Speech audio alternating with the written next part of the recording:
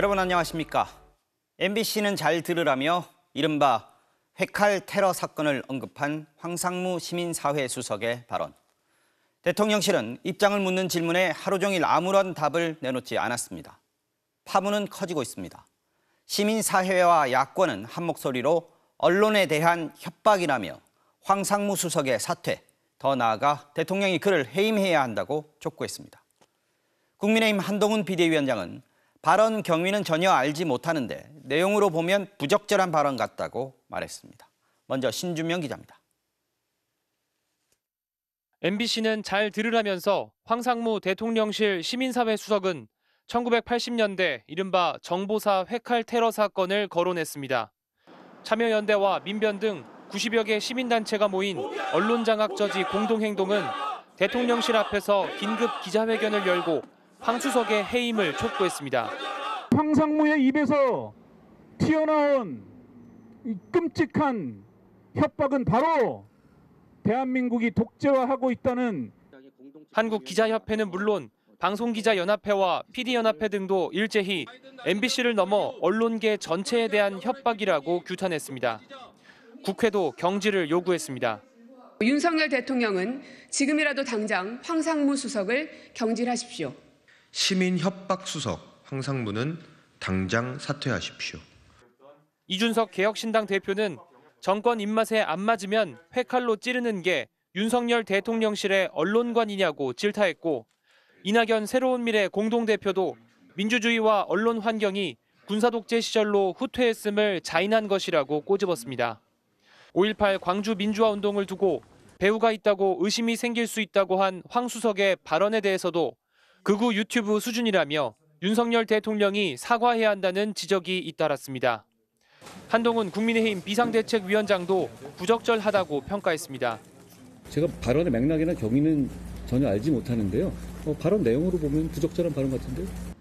대통령실은 아무 입장을 내지 않았고 황상무 수석 또한 발언의 경위와 비판에 대한 입장을 묻는 질문에 답을 하지 않았습니다. MBC 뉴스 신준명입니다.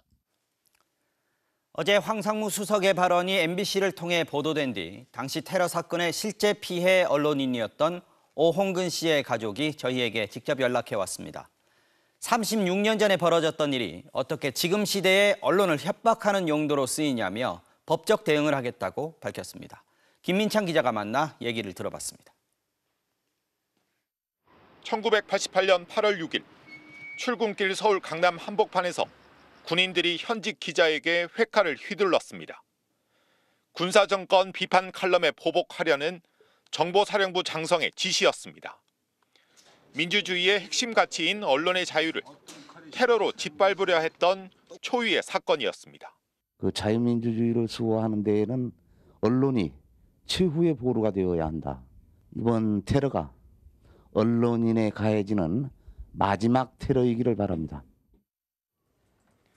마지막이길 바란다고 했던 피해자의 절규는 36년이나 흘러 농담의 소재로 전락했습니다.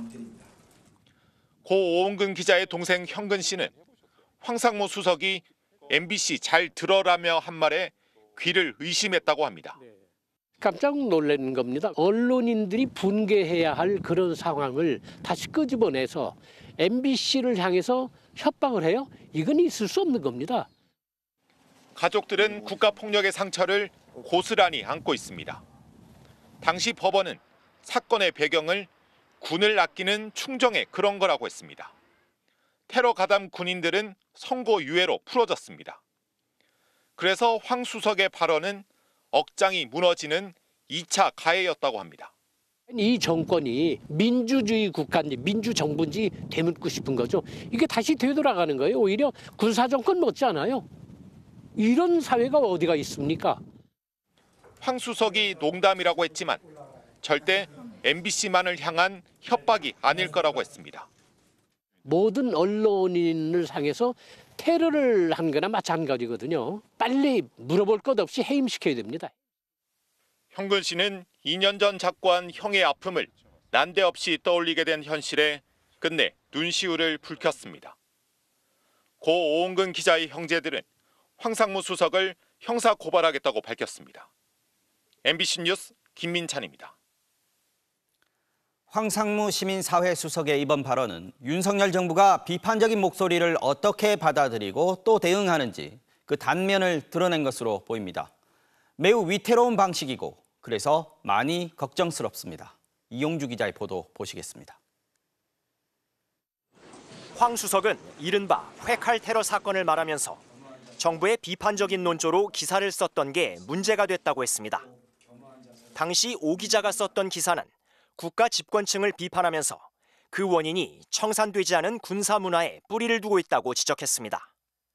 1988년, 지금으로부터 36년 전엔 정부의 비판적인 논조로 기사를 썼다는 이유로 테러를 당했습니다. 시민사회 수석은 MBC 잘 들어라는 말로 36년 전 테러 사건을 언급했습니다. 지금 정부에선 입틀막이라는 용어가 풍자처럼 쓰이고 있습니다. 입을 틀어 막다는 뜻의 이 표현은 반대 의견과 비판적 의견에 대한 지금 정부의 대응으로 대표되고 있습니다.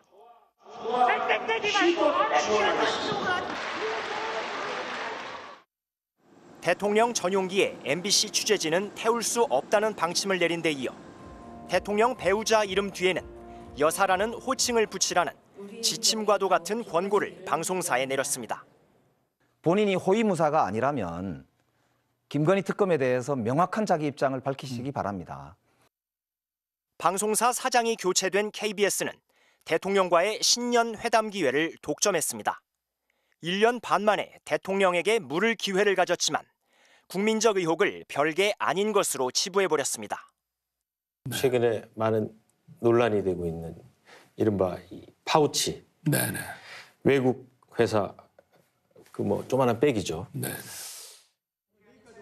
호주 대사로 임명된 이종섭 전 장관에 대한 의혹과 관련해 대통령실은 해명이 아니라 공수처 수사 상황이 언론에 유출되고 있다는 데 초점을 맞추고 이에 대한 수사를 주장하고 있습니다. 농담을 했다는 황 수석의 말을 엄중하게 보는 이유는 언론을 상대로 한 그 발언이 국민과 민주주의에 대한 위협이기 때문입니다. 민주주의를 위협하고 있다는 걸 모르고 있다면 위태롭습니다. 대통령실은 오는 18일부터 사흘간 미래 세대를 위한 민주주의를 주제로 민주주의 정상회의를 개최한다고 밝혔습니다. MBC 뉴스 이용주입니다. 의대 정원을 대학별로 어떻게 나눌지 논의할 정부의 배정위원회가 오늘 비밀리에 첫 회의를 열었습니다. 배정위원회가 열렸다는 건 2,000명 증원을 그대로 밀어붙이겠다는 의미이기도 한데요. 집단 사직에 참여한다는 인원이 계속 늘고 있는 의대 교수들은 정부에 거듭 대화를 촉구했습니다. 유서영 기자입니다. 서울 여의도의 한 건물. 정장 차림의 사람들이 회의실로 들어갑니다. 제일 비공개인데요. 말씀드릴 수 없어요. 의대 증원 2,000명을 어떻게 나눌지 논의하는 배정심사위원회가 처음 열렸습니다. 회의 장소와 시간은 물론 심사위원까지 모두 비공개. 깜깜이 배정이란 비판이 나왔지만 정부는 공정한 배분을 위해 회의를 극비에 붙였다고 해명했습니다. 의대 교수들의 반발은 거세지고 있습니다. 오늘 밤 전국 24개 대학의 의대교수 비상대책위원회가 모입니다. 사직서 제출 여부와 시기에 대한 입장을 최종 결정하기 위해서입니다. 서울대와 가톨릭대, 원광대, 경상국립대 등 여러 대학들이 이미 사직서 제출을 자체 결의한 상황. 이어 아주대와 강원대 등에서도 다수의 교수들이 사직에 동의했습니다. 가톨릭대 비상대책위는 입장문을 내고 사직은 물론 응급을 제외한 수술과 입원을 중단할 수 있다고 밝혔습니다. 의대 교수들은 정부에 위압적인 태도를 버리고 대화할 것을 요구했습니다.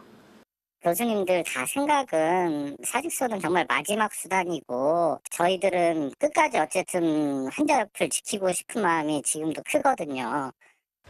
교수들의 집단 사직 우려에 정부는 응급 상황에 대비한 대책을 내놨습니다. 권역별 응급의료센터에서 경증 환자들을 1, 2차 병원으로 이송하는 작업을 시작했습니다. 이 과정에서 환자 이송에 필요한 인건비와 구급차 비용을 정부가 부담하기로 했습니다. 정부는 또 사직서를 낸 뒤 다른 의료기관에서 근무하는 전공의들을 일부 확인했다며 징계나 처벌이 가능하다고 경고했습니다.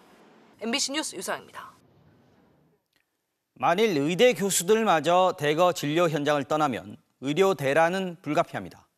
전공의들이 빠진 지 한 달이 다 된 수도권 5개 대형 병원의 경우 상황은 이미 심각합니다. 정부는 다음 주 공중보건의와 군의관 250명을 추가로 투입하겠다고 밝혔습니다. 이어서 변윤재 기자가 취재했습니다. 입원과 수술을 줄이고 중증 환자 위주로 운영되는 한 대형 병원. 전공의들에 이어 교수들마저 의료 현장을 비울까 환자들은 불안합니다. 걱정되죠. 제가 여기서 심장 수술도 했고 오늘도 제 담당 의사 선생님이 오셔서 그 불안하죠. 이 일이 오래 계속되면 안 된다는. 전공의들이 자리를 비운 지 4주째. 이번 주 공중보건의와 군의관 158명이 투입됐지만 현장은 혼란스럽습니다. 생소한 업무 배분이나 책임 소재를 두고 곳곳에서 갈등이 벌어지고 있습니다. 이미 차출된 선생님들이 한번 싸웠어요. 책임 소재가 가장 크죠. 취약 지역에서 근무하고 있던 선생님들을 차출해서 진료 차질을 메우기 위해 간호사들 업무도 대거 늘렸지만 갑자기 도입된 업무 지침에 적응하는 데 애를 먹고 있습니다. 이번에 복지부에서 갑작스럽게 이제 업무 범위를 넓혀서 실제로 닥쳤을 때는 또 이제 그때그때 또 대응을 해 나갈 것도 사실 고민이기도 하고. 진료 차질로 인해 서울의 5대 대형 병원은 하루 수십억 원씩 적자가 쌓이는 것으로 전해졌습니다. 문제는 이들 5개 병원을 둔 대학 가운데 3곳, 서울대와 가톨릭대, 울산대의 교수들까지 이미 사직서 제출을 결의했다는 점입니다. 나머지 연세대와 성균관대 의대 교수들도 비대위를 통해 집단 행동을 결정할 것으로 보입니다. 정부는 긴급대책으로 오는 25일까지 공중보건의와 군의관 250명을 더 소집해 상급병원과 대학병원에 추가 투입하겠다고 밝혔습니다. MBC 뉴스 변은재입니다.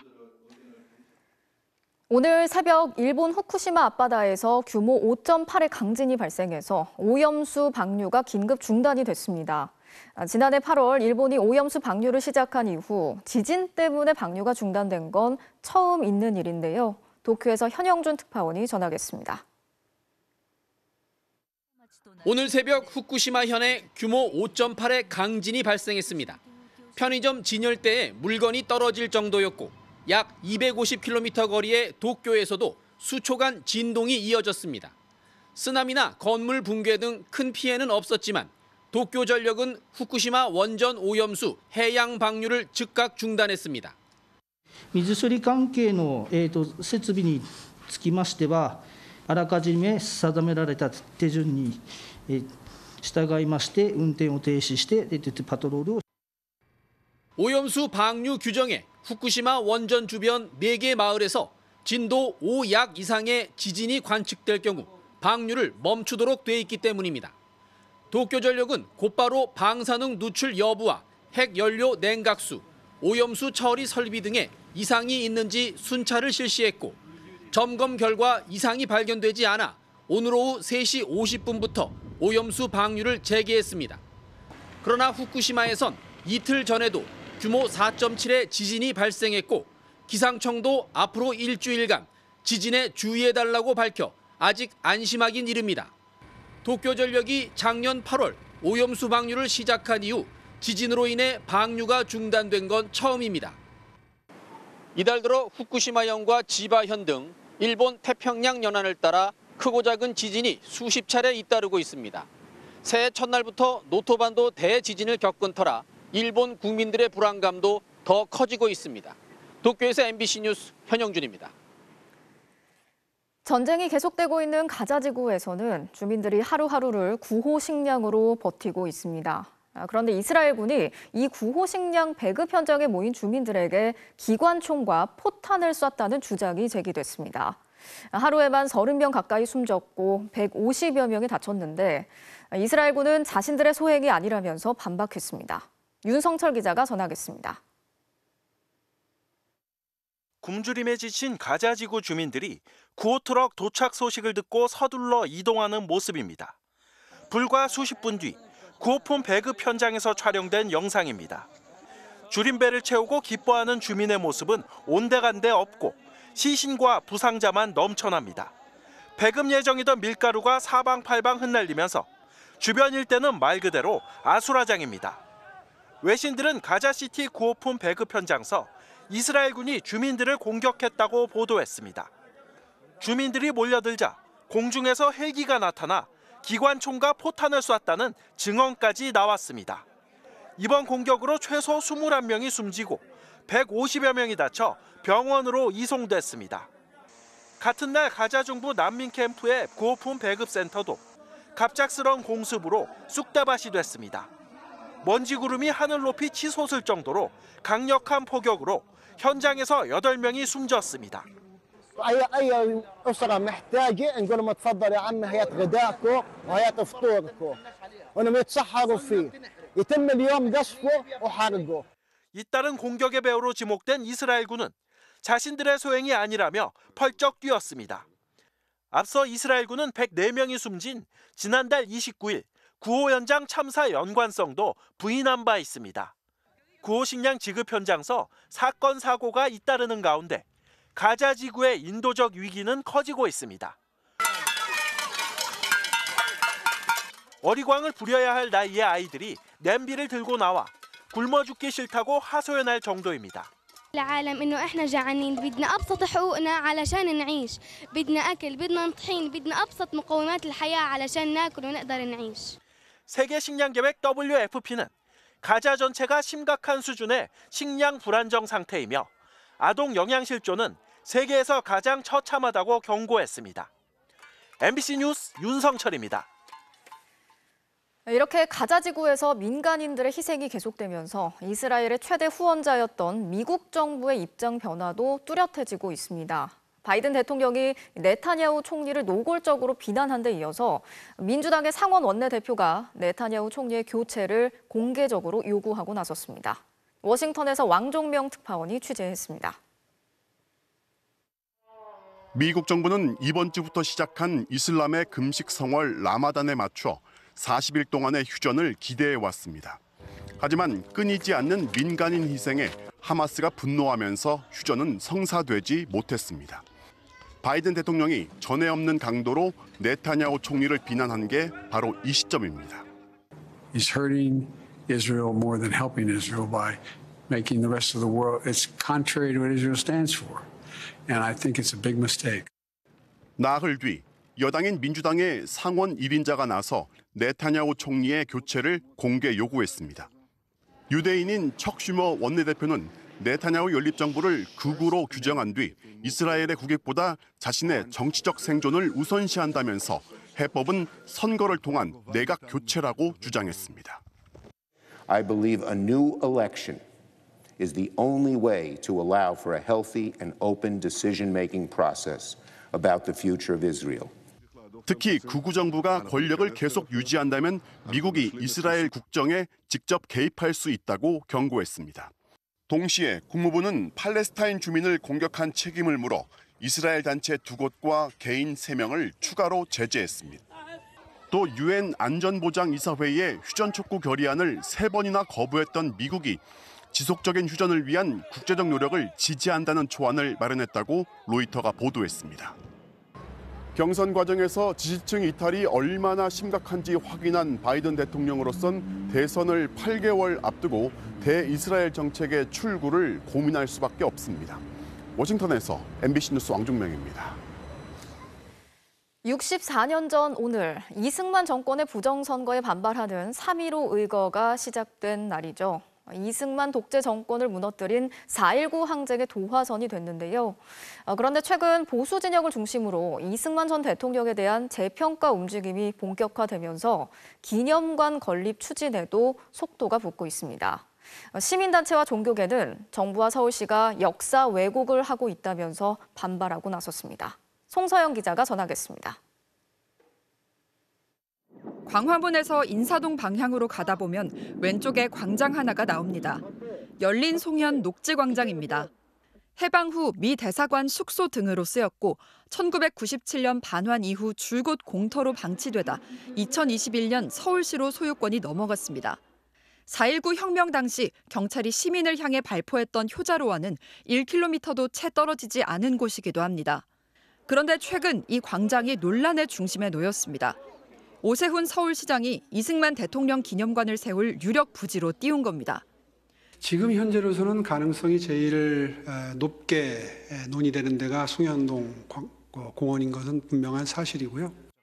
기념관 건립은 이 전 대통령에 대한 재평가 움직임과 함께 지난해부터 민관 공동으로 본격 추진됐습니다. 국가보훈부가 기재부에 제출한 필요 예산은 460억 원. 기념재단은 이 중 30%는 국비를 지원받고 나머지는 모금으로 충당한다는 계획입니다. 모금액은 지난달 100억 원을 넘어선 가운데 윤석열 대통령이 500만 원, 오세훈 서울시장이 400만 원을 보태기도 했습니다. 하지만 시민단체들은 이곳에 기념관을 세우는 건 받아들일 수 없다는 입장입니다. 광주 금남로에 전두환 기념관을 짓는 것과 무엇이 다르냐는 겁니다. 이승만 기념관이 들어설 유력한 장소로 언급된 이곳 송영광장에서 오늘 시민단체와 종교단체는 기자회견을 열었습니다. 이들은 정부와 오 시장이 독재자를 미화하고 역사를 왜곡하려 한다고 주장했습니다. 4.19 민주이념을 계승하겠다고 명시되어 있음에도 불구하고 4.19 혁명으로 불명예 퇴진한 이승만을 기념관 세우겠다는 것은 역사 반란이자 반헌법적 행태이다. 지난달엔 대한불교 조계종이 성명서를 통해 기념관 건립 계획에 반대하며 즉각 중단을 요구하기도 했습니다. 논란이 이어지자 이승만 대통령 기념재단 측은 가장 선호하는 곳이 송현광장은 맞지만 아직 정해진 것이 없다고 전했고 서울시 역시 한 발 물러서 아직 정해진 건 없다며 충분한 공론화 과정을 거쳐 시민 의견을 묻겠다고 밝혔습니다. MBC 뉴스 송서영입니다. 어젯밤 국민의힘은 재논의 끝에 5.18 폄훼 발언으로 물의를 빚은 도태우 후보의 공천을 취소했습니다. 한동훈 비대위원장은 오늘 광주를 찾아 5.18에 대한 존중을 선명히 보여드렸다. 국민의힘은 호남의 진심이라며 지지를 호소했습니다. 윤수환 기자가 보도합니다. 한동훈 비상대책위원장의 광주 방문을 하루 앞둔 어젯밤, 국민의힘은 5.18 폄훼 발언으로 비판받는 도태우 후보의 공천을 취소했습니다. 우여곡절 끝에 일주일이나 걸린 조치였지만 한 위원장의 발걸음은 가벼워 보였습니다. 저와 우리 국민의힘이 5.18 민주화 항쟁을 어떻게 받아들이고 우리가 어느 정도로 존중하는지를 오히려 선명하게 보여드렸다고 생각합니다. 그러나 5.18 정신의 헌법 전문 수록을 공통 공약으로 추진하자는 민주당의 제안엔 국민의힘의 입장이 그것인 건 분명하다고만 했습니다. 한동훈 위원장은 1980년 5월 광주 시민들이 모였던 옛 전남도청 앞 거리에서 지지를 호소했습니다. 5.18의 역사적 상징인 충장로를 비롯해 전남 순천과 전북 전주를 잇따라 방문하며 호남에 대한 진정성을 거듭 강조했습니다. 16년 만에 호남에 모두 지역구 후보를 냈습니다. 그건 호남에 정말 잘하고 싶고 정말 진심이기 때문입니다. 하지만 일부 시민들은 최상병 순직 사건 수사 외압 의혹을 받는 이종섭 호주 대사의 수사를 촉구하는 등 1인 시위를 이어갔습니다. 진통 끝에 결론이 난 도태우 후보의 공천 취소는 이튿날에도 여진이 계속됐습니다.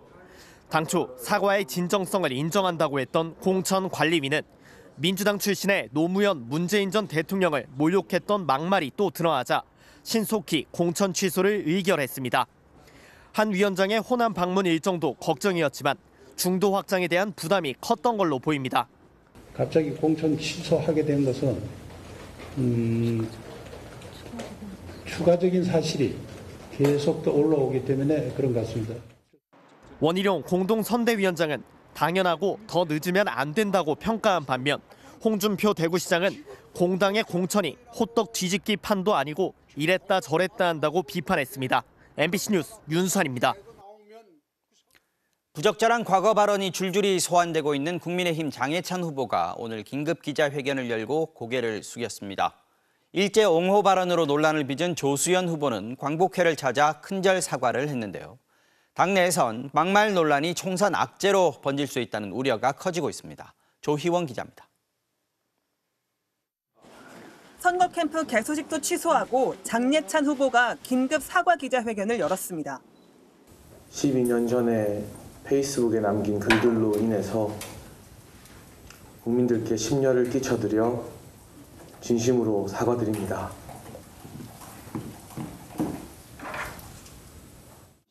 장 후보는 여당 텃밭인 부산 수영구의 공천을 받았지만 난교를 즐기더라도 전문성이 있으면 인정받아야 한다는 옛 발언이 알려지며 논란이 시작됐습니다. 이후에도 서울 시민의 교양 수준이 일본인 발톱의 때만큼이라도 따라갈 수 있을까? 식용을 제외한 지구상의 모든 동물이 사라졌으면 좋겠다며 동물병원을 폭파시키고 싶다. 심지어 지역구 부산을 비하하는 듯한 발언까지 줄소환되고 있습니다. 당 공천관리위원회는 정우택, 도태우 후보의 공천 취소에 이어 장 후보 막말 논란에 대해서 심각하게 살펴보고 있다고 했습니다. 장 후보는 윤석열 대통령 대선 캠프 1호 청년특보로 대표적 친윤 인사로 꼽힙니다. 지난해 대통령 네덜란드 순방에 동행했고 공천 후에는 직접 축하 전화를 받았다고 공개하기도 했습니다. 대통령께서는 어떤 말씀해 주셨습니까? 고생했고 앞으로도 열심히 하라는 이제 덕담을 해주셨죠. 감사하게도. 네. 대통령과의 관계가 장 후보 거취 결정에 변수가 되고 있다는 해석 속에 당내에선 비판이 커지고 있습니다. 수도권 선거를 굉장히 어렵게 만들 거라고 저는 생각합니다. 그런 행태 때문에 국민의힘 다른 후보들한테도 피해를 주는 거 아니겠습니까? 구한 말보다 일제강점기가 더 좋았을 수도 있다는 발언으로 비판을 받은 조수연 후보는 광복회를 찾아 큰절을 하며 사과했습니다. MBC 뉴스 조희원입니다.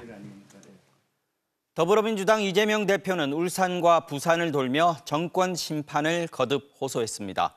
이종섭 주 호주 대사의 출국은 범인 도피라면서 윤석열 대통령과 관계부처 장관을 공수처에 고발했고 총선 슬로건은 못 살겠다 심판하자로 이름 붙였습니다. 김정우 기자입니다. 울산과 부산을 잇따라 찾은 이재명 대표는 동남권 메가시티 무산과 엑스포 유치 실패에 대한 정부의 책임을 거듭 강조했습니다.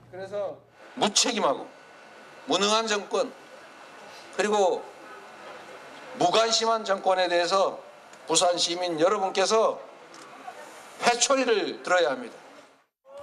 대통령과 국민의힘에게 그간의 책임을 묻고 더 이상 쓸 수 없다면 해고해야 한다며 비판의 수위도 한층 끌어올렸습니다. 민주당은 이번 총선 슬로건을 못 살겠다 심판하자로 정했습니다.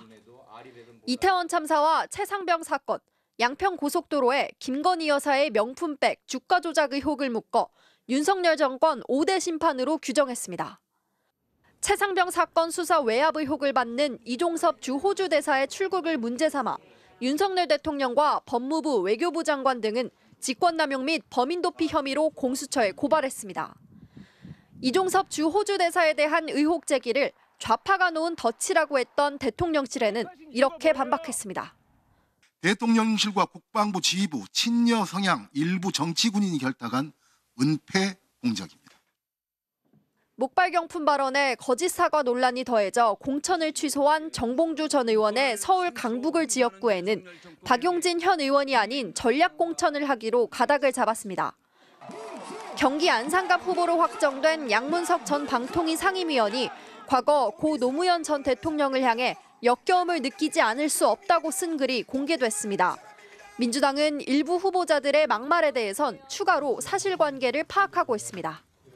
민주당은 선거 판세가 초방 박빙 열세에서 전환됐다고 판단하고 추세대로라면 지역구는 130에서 140석, 위성정당을 통한 비례대표는 13석 이상 확보할 수 있을 거라고 자평했습니다. MBC 뉴스 김정우입니다.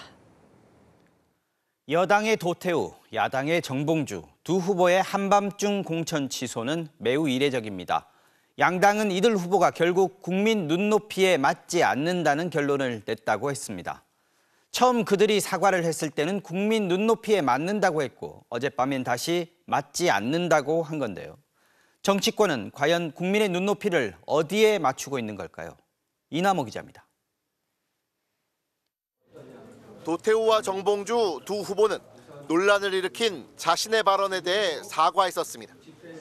국민의힘과 민주당은 잘못을 인정했지 않느냐면서 사과가 국민의 눈높이에 맞다는 이유로 기존의 공천 결정을 유지했습니다.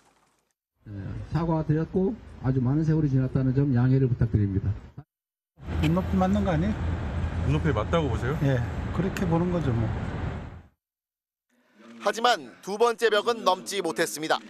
정봉주 후보는 사과했다는 말이 거짓이라는 게 드러났고 도태우 후보는 사과 이후에도 부적절한 발언이 추가로 드러났기 때문이라고 했습니다. 하지만 정치권이 두 번째 벽을 세워주기 전에 이미 자격이 없었습니다. 댄스 가수 강원래 씨는 24년 전 교통사고로 하반신이 마비됐습니다. 가해자를 탓해본 적은 별로 없다고 했지만 가해자가 제게 사과했다고 말하고 다닌다면 원망할 것 같다고 했습니다. 광주 사태라는 이름에서 광주 민주화 운동까지 명칭은 영예를 회복했지만 자식과 부모와 형제를 희생당한 고통으로 살고 있는 사람들이 있습니다. 가해자가 사과했다고 말하는 건 피해자가 사과를 받아들이는 것과 같지 않습니다.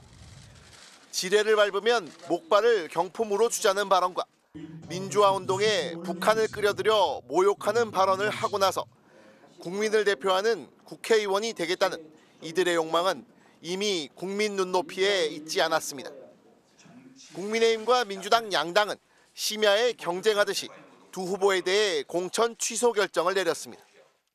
양당 지도부 입장에서는 시간 싸움했어요. 민주당에서 만일 정봉주 카드를 내려버리면 국민의힘 입장에서는 이건 도태우 카드. 양당이 시간에 쫓기면서 경쟁적으로 이미 뱉어놓은 막말이 더 드러날 걸 걱정했고 그로 인해 당의 지지율이 떨어지고 다가오는 총선에 악영향을 미칠 걸 우려했습니다. 이런 우려와 걱정을 덜어내기 위해 양당은 국민 눈높이라는 말을 불러왔습니다. MBC 뉴스 이남호입니다. 범야권 비례위성정당 더불어민주연합에서 후보 추천을 둘러싼 갈등이 커지고 있습니다. 양심적 병역 거부로 수감 생활을 했던 군인권운동가 출신 후보를 민주당이 병역 기피라는 이유를 들어 끝내 거부했기 때문인데요. 그를 추천한 시민사회 쪽에선 민주당이 스스로 내세웠던 가치도 부정하고 있다면서 연대 파기 가능성까지 거론하고 있습니다. 신재웅 기자의 보도입니다. 2004년 양심적 병역 거부를 선언한 임태훈 전 군인권센터 소장은 병역법 위반으로 징역형을 살다 사면됐습니다. 군인권센터를 설립해 감시의 사각지대였던 병역 내 인권을 공론회장으로 끌어냈습니다. 최상병 사망 사건 수사 외압 의혹 등 군에서 자식을 잃은 부모 곁에 주로 섰습니다. 대통령의 명의 개입되어 수사 결과 수정 시도가 이루어진 것이 사실이라면 국정농단이나 다름없는 매우 심각한 사안이다. 임 전 소장은 최근 민주당 주도의 범야권 비례위성정당인 더불어민주연합의 시민사회 후보로 추천됐습니다. 그러나 민주당은 난색을 표하다 그를 공천에서 배제했습니다. 병역을 기피했다는 게 이유였습니다. 이 신청은 곧바로 기각, 시민사회의 재추천도 기각됐습니다. 연대 파기 가능성을 예고한 시민사회 측은 인권을 내치고 차별을 용인하는 꼴이라며 심사위원 전원 사퇴로 맞섰습니다. 만일에 받아들이지 않으면 약간 상상을 초월하는 수준의 그런 강력한 항의 행동도 저희들이 논의하기 시작했다.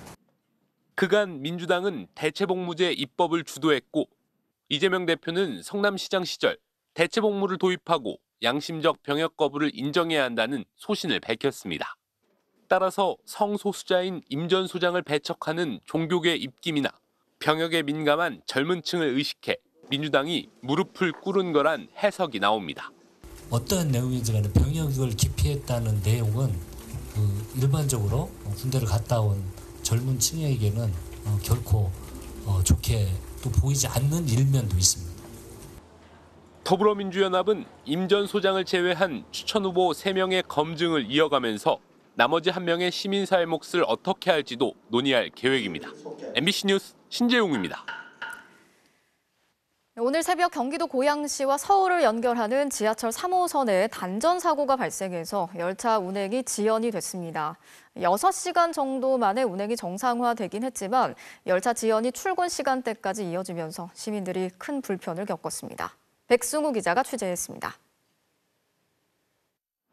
서울 지하철 3호선 원당역입니다. 승강장은 텅 비어 있고 안전문은 모두 열려 있습니다.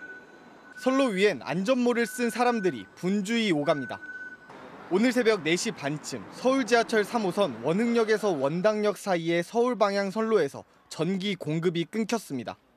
코레일은 사고 조사와 복구를 위해 고양시 정발산역에서 서울 구파발역까지 10개 구간의 서울 방향 선로 운행을 멈추고 선로 하나로 양방향 열차를 번갈아 운행했습니다. 이로 인해 출근길 열차 운행이 크게 지연됐습니다. 회사가 양재에 있는데 이제 가려고 준비했는데 생각보다 좀 늦는 것 같네요. 20-30분 정도 좀 늦는 것 같네요. 고양시로 올라가는 대화행 열차는 구파발역까지만 운행한 뒤 회차시키는 등 일부 구간에선 아예 열차를 이용하지 못했습니다. 월흥에서 원당 간 전차선 급전 불량으로 대화행 열차가 운행을 하지 못하고 있습니다. 지금 회사 가는 길이었는데 지금 갑자기 하차하라고 해서 너무 당황스럽고 버스 찾아봤는데 지금 1시간가량 늦게 생겼어요. 열차 지연으로 혼잡이 극심해지면서 지하철 승객들은 역사 주변 버스 정류장으로 몰렸습니다. 열차가 지연된다는 소식을 문자로 안내받은 시민들까지 더해져 정류장과 도로도 한바탕 혼잡이 벌어졌습니다. 9시까지 출근을 해야 되는데 지금 이미 9시가 넘어서 버스도 지금 다 마비 상태인 것 같아서 아마 택시 타야 될 것 같습니다. 저 2대 보냈어요. 열차 운행은 단전 사고 발생 5시간 40분 만인 오전 10시 10분부터 정상화됐습니다. 다만 코레일은 전기 공급 장애의 원인을 파악하기 위해 사고 지점 근처인 원당역의 서울 방향 하행선은 오늘 하루 무정차 통과를 하고 있습니다. 코레일은 원당 변전소에서 전차 선로로 가는 전선이 눌린 탓에 합선이 발생하면서 단전이 일어난 것으로 추정하고 있습니다. MBC 뉴스 백승우입니다. 돌고래 공연을 하는 거제의 한 수족관에서 최근 돌고래 2마리가 잇따라 폐사했습니다. 이 수족관은 지난해 정부가 돌고래들의 정기 휴식을 보장하라고 권고했던 곳이었는데요. 환경단체들은 영업 중단을 촉구했습니다. 정성호 기자가 전하겠습니다. 수조 안에 큰 돌고래 4마리가 헤엄치고 있습니다. 370여 제곱미터 크기의 수조 안에서 돌고래들은 연신 방향을 바꾸며 돌고 있습니다. 이 중 18살과 14살 2마리가 지난달 잇따라 폐사했습니다. 10년 전 일본에서 데려와 그동안 이른바 쇼 돌고래로 공연에 동원되어 왔는데 큰 돌고래 평균 수명인 30년보다 일찍 죽은 겁니다. 해양수산부는 두 개체의 폐사 원인을 밝히기 위해 부검을 진행하고 있습니다. 환경단체들은 돌고래의 죽음이 무리한 공연 때문이라고 주장하고 있습니다. 이번에 또다시 반복된 쇼 돌고래들의 죽음은 생명보다는 이윤을 추구해온 거제 시월드의 이기적 욕심과 행정의 방관적 무관심이 원인이라고 할 수 있다. 해당 수족관은 지난해 정부가 현장 점검을 통해 돌고래에게 정기적인 휴식을 제공하고 건강이 악화된 개체에 대한 보호 방안을 수립하라고 권고했던 곳입니다. 10년 동안 고래 14마리가 폐사하고 현재 9마리만 남아 있습니다. 환경단체들은 해당 수족관을 폐쇄하고 돌고래를 바다로 돌려보낼 것을 정부에 촉구했습니다. 큰 돌고래는 정부가 경북 영덕을 후보지로 정한 고래 돌봄센터 바다 쉼터를 신속히 건립하여 바다로 내보내고 수족관 측은 입장을 묻는 취재진의 질의에 답변하지 않았습니다. 해당 수족관은 홈페이지에 매일 2번씩 돌고래 공연을 진행하고 다음 달부터 새로운 체험 프로그램도 운영한다고 공지하고 있습니다. MBC 뉴스 정성호입니다. 미국 민간 우주 기업인 스페이스X가 아파트 40층 높이의 대형 우주선 스타쉽을 발사했습니다. 이번이 3번째 시험 발사인데 지구 궤도에 도달하는 데는 성공을 했지만 귀환에는 실패하면서 절반의 성공을 거뒀습니다. 뉴욕에서 임경아 특파원이 취재했습니다.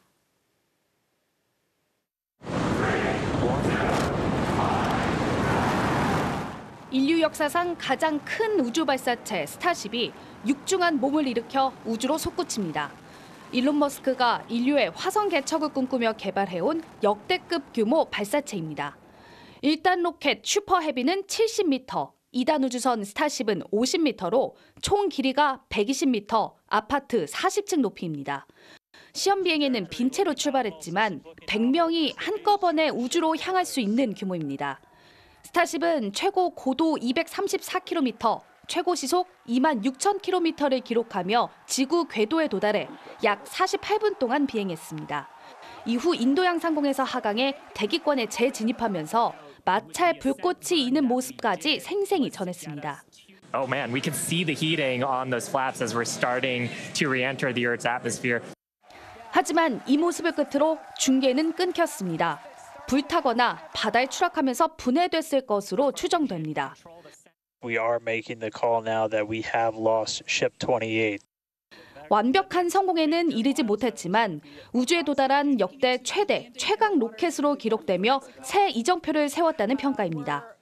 스타쉽은 2026년 인류를 달에 보내려는 미국 항공우주국 나사의 아르테미스 프로젝트에 쓰일 예정입니다.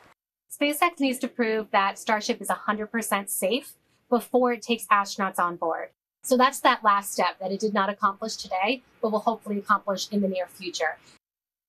스페이스X는 빠르게 실패하지만 더 빨리 배우는 방식으로 로켓을 개발해왔습니다.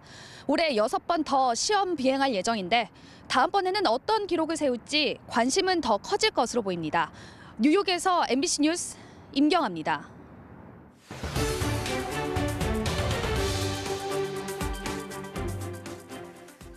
예전부터 궁궐과 사찰을 짓는 데 사용돼 왔던 금강소나무. 지난 2008년이었죠. 화재가 발생했던 남대문을 복원하는 데도 이 금강송이 사용이 됐는데요.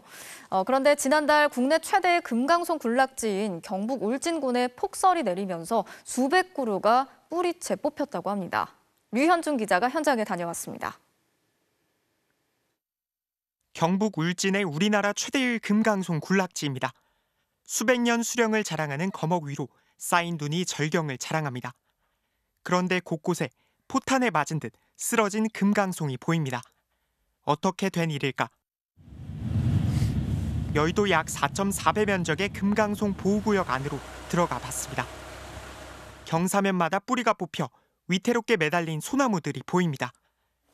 쓰러진 나무에 부딪힌 전봇대는 나무젓가락처럼 부러졌습니다. 500에서 800m 사이에 이런 그 뿌리 뽑힌 피해가 더 광범위하게 나타난 걸로 추정됩니다. 소광리 일대 도로 약 16km를 따라서 쓰러진 금강송이 171그루가 발견됐습니다. 산림 안쪽 피해를 합치면 수천 그루가 쓰러진 걸로 추정됩니다. 소광리 입구에서 고도 100m가량 더 올라온 곳입니다. 고도가 더 높아지면서 뿌리가 뽑힌 소나무들을 더 많이 볼 수 있는데요. 제 뒤로 보이는 이 금강송도 쓰러지며 탐방로를 그대로 덮쳤습니다. 피해가 이처럼 커진 건 예년보다 늦게 내린 폭설 때문입니다. 추위가 풀려가던 지난 2월 말 경북에는 60cm가 넘는 눈이 쏟아졌습니다.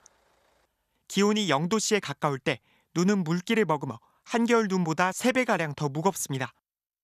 이렇게 많이 뿌리채 뽑히진 않았단 말이에요. 지금 나이 60이 넘으면 70이 다 돼가는데 이렇게 많이 한 거는 처음 봤어요.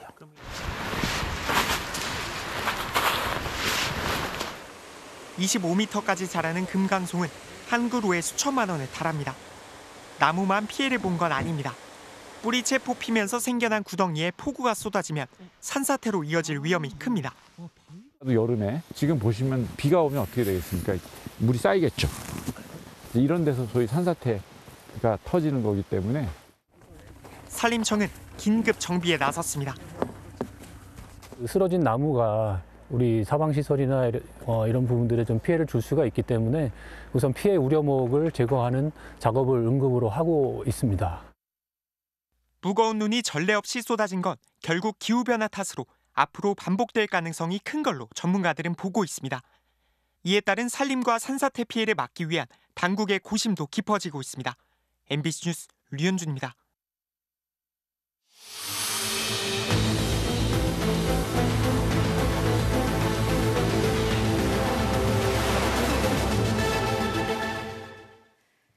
다음 달 총선을 앞두고 기후위기 대응을 적극적으로 요구하는 기후유권자가 30%가 넘는다는 조사 결과를 전해드렸는데요.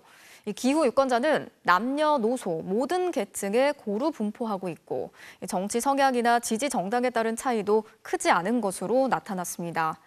격전지에서는 이 기후유권자들의 표심이 당락을 가를 수 있다는 전망도 나오고 있습니다. 김민욱 기자가 취재했습니다.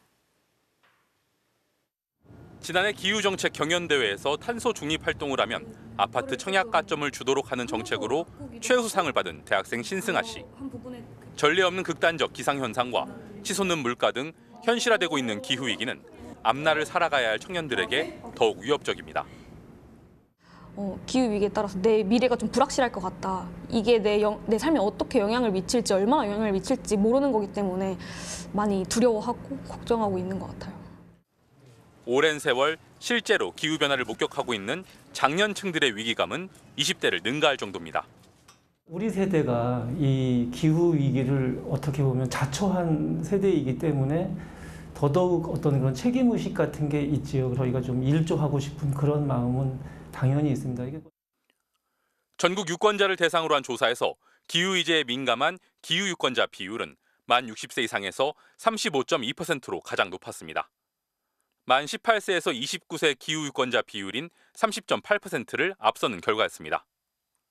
젊은 세대는 젊은 세대대로 또 나이가 많은 분들은 기후 재난 같은 것들을 많이 경험하셨기 때문에 또 그 중간 세대들은 일자리에 또 기후 대응이 굉장히 중요하다. 지지 정당에 따른 차이도 크지 않았습니다. 서울은 국민의힘 지지자 중 36.3%, 더불어민주당 지지자 중 37%가 기후 유권자로 나타났는데 불과 0.7%포인트 차이였습니다. 특히 수도권 최대 격전지라는 이른바 한강벨트의 유권자들 중에는 기후 유권자들의 비율이 다른 지역보다 높았습니다. 그 지역의 당락을 결정하고도 남습니다. 그렇기 때문에 기후 공약에 대해서 말씀하시라. 표가 된다라는 얘기를 꼭 말씀드리고 싶습니다. 기후 유권자들은 구태의연한 선심성 개발 공약이 아니라 미래를 위한 기후 대응 공약을 기다리고 있습니다. 기후 위기에 대한 정책을 좀 효과적으로 제시한 후보자가 있다면 저는 그곳에 투표할 것 같습니다. 우리의 삶을 좀 잘 영위할 수 있는 그런 것들을 내세우는, 공약하는 그런 당에 투표해야 된다고 생각합니다. MBC 뉴스 김민욱입니다.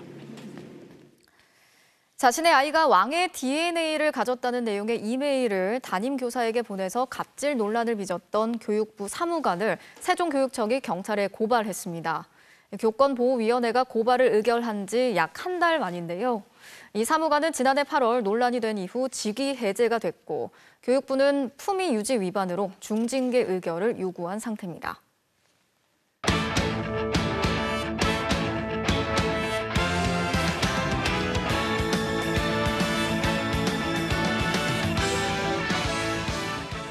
금요일 밤 스포츠 뉴스입니다. 서울에서 처음 열리는 메이저리그 공식 개막전을 앞두고 LA 다저스와 샌디에이고 선수단이 나란히 입국했습니다. 오타니와 김하성 등 스타들을 보려는 팬들이 몰려 서울 시리즈의 열기를 실감하게 했습니다. 김수근 기자입니다. LA 다저스 선수단이 입국을 앞두고 인천공항은 오전부터 북새통을 이뤘습니다. 오타니를 보려는 팬들의 우리나라와 일본 시리즌까지 통로를 가득 메웠습니다. 선수들을 가까이 만나기 위해 밤을 지샌 팬도 있었습니다. 어제 오후 6시 반에 나왔는데요. 저기서 24시간인데요. 잠도 못 자고. 보고 나서 더 막 흥분될 것 같아요. 오타니-산 오네가이시마스. 일본에서도 그 오타니는 좀 신 같은 느낌이고 스포츠가 너무 잘하고 성격도 너무 물초님 같은. 가장 먼저 오타니가 모습을 드러내자 입국장은 함성으로 가득했고 오타니가 SNS를 통해 공개한 아내 마미코 씨도 함께 입국해 큰 관심을 받았습니다. 1차전 선발 투수인 글래스노우와 프리먼, 베츠 등 선수들이 인사할 때마다 팬들의 환호가 이어졌습니다. 다만 로버츠 감독에게 갑자기 계란이 날아들어 경찰과 공항 경비 인력이 수색에 나서는 상황이 벌어지기도 했습니다.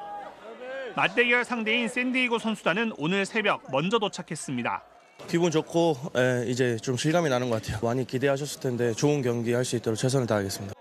샌디에이고 간판 타자 타티스 주니어는 광화문을 찾고 전통시장에서 만둣국을 먹으며 한국 문화도 접했습니다. 경기가 열릴 고척돔은 외부 단장에 한창입니다. 잔디와 조명을 메이저리그 수준으로 바꾸는 등 역사적인 경기에 준비를 마쳤습니다. 두 팀은 오는 17일과 18일에 LG, 키움 국가대표팀과 평가전을 치른 뒤 20일과 21일 운명의 2연전에 나섭니다. 개막전 시구는 현역 시절 두 팀에서 모두 뛰었던 코리안 특급 박찬호가 맡게 됐습니다. MBC 뉴스 김수근입니다. 올해 파리올림픽에서 가장 기대받는 선수 중 한 명이죠. 육상 높이뛰기의 우상혁 선수가 반드시 메달을 가져오겠다는 자신감을 드러냈습니다. 대표팀 동료들과 공개 훈련을 가진 우상혁. 후배들의 동작을 봐주는 모습에서 이제 여유마저 느껴집니다.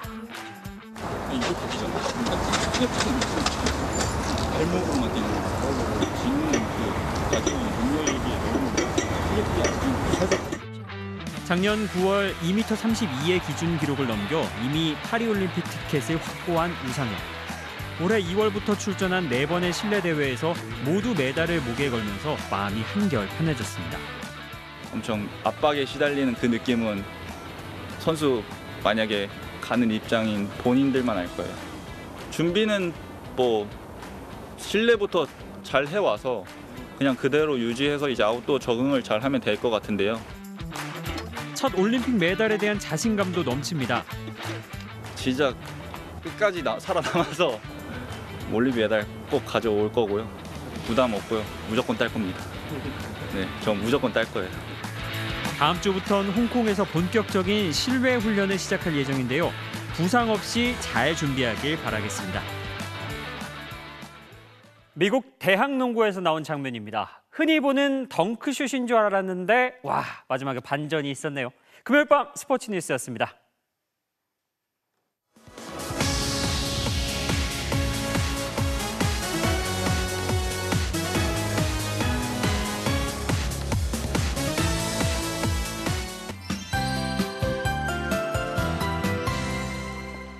주말을 앞두고 전국적으로 산불 위험성이 커졌습니다. 오늘 오후 1시를 기해서는 산불 위기경보가 주의 단계로 격상됐습니다.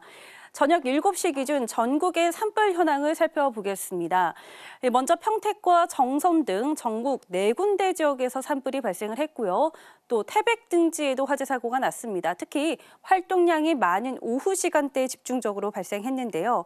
현재 동해안을 중심으로 건조주의보가 이어지고 있고 주말 내내 바람이 강하겠습니다. 대부분의 산불이 실화로 이뤄지는 만큼 조그만 불씨 관리도 철저히 해주셔야겠습니다. 이번 고온 현상은 내일 절정을 보이겠습니다. 서울의 낮 기온이 18도까지 치솟겠고요.